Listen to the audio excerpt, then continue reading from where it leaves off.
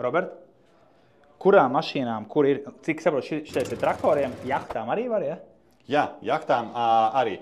Principā, jebkurai tehnikai, kurai ir akumulators, paņemam vienkārši plus mīnus, pieliekam pie klemītēm, uzliekam GPS iekārtu, nav nekādas antenas, nav nekādas sarežģīti vadi, viss ļoti vienkārši uzstādām, iedegās lampiņa, GPS iekārta sāk strādāt. Okay, super. Vecām mašīnām arī der, piemēram, ko zinu, Java.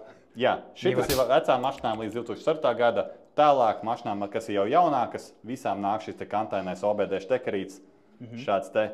Iesprāgšam iekšā štekerī, nevajag pat līdz ar to pie akumulatora likt. Iesprāgšam štekerī, viss darbojās, zona vienmēr būs GPS un ļoti vienkārši. Ja nu nav OBD štekeris, vēl viens variants - iekārtiņa GPS, kas iesprāgšās pīpīpētāja ligzdā. Traktoriem, zelta pļāvējiem varbūt tādi ir, liekam virsū, vienkārši ātri, ērti. Super. Viņām cenas atšķirās?